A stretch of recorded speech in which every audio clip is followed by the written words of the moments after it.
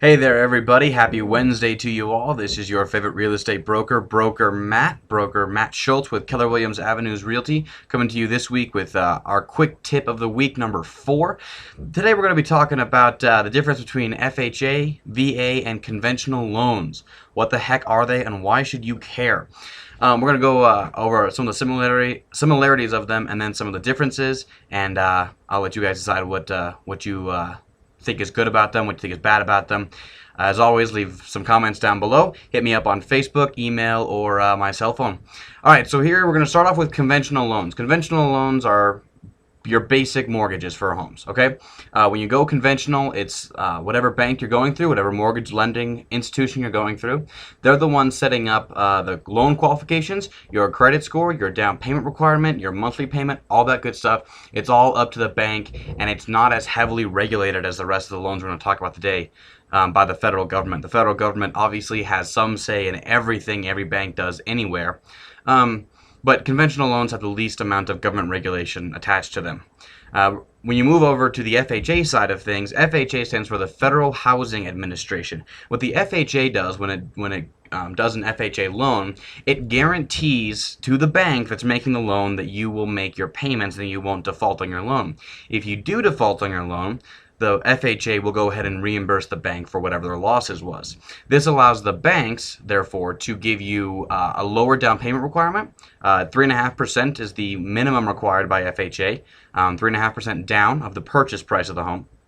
And as well as a lower credit score than conventional typically requires.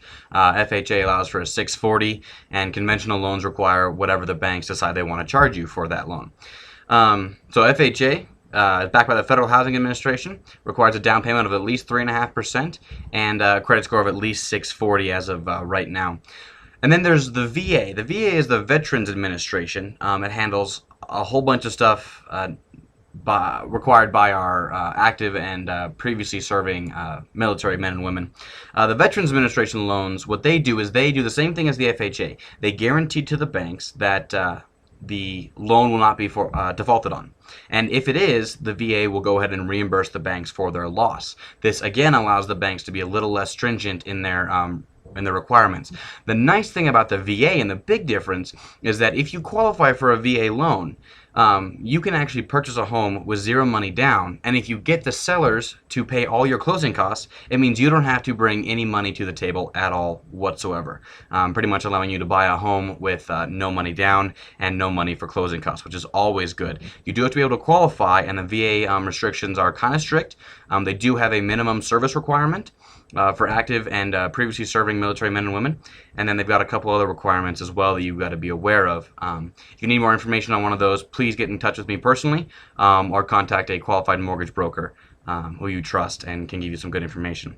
That's it. That's the difference between conventional FHA and VA loans. All of them have their pros and cons. All of them are both good and bad. If you have any more questions or want some more information, as always, feel free to email me, matt@brokermatt.com, or call me, 720-244-6497. You can find me on the web at www.brokermatt.com. That is my own personal business page. It's got all sorts of cool little features on there, including one of the best property searches out there. You can search for properties all over Colorado. Find ones you like and let me know if you'd like to see them.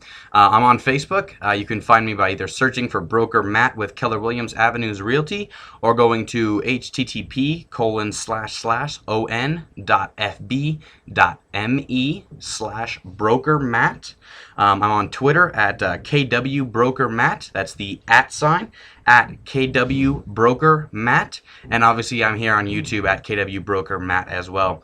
Guys, any questions, comments, concerns, or just random stories, feel free to let me know on any of those mediums. I check them all daily, and I love hearing from you guys. I will see you all next week for quick tip number 6. Thanks, guys. Have a good one.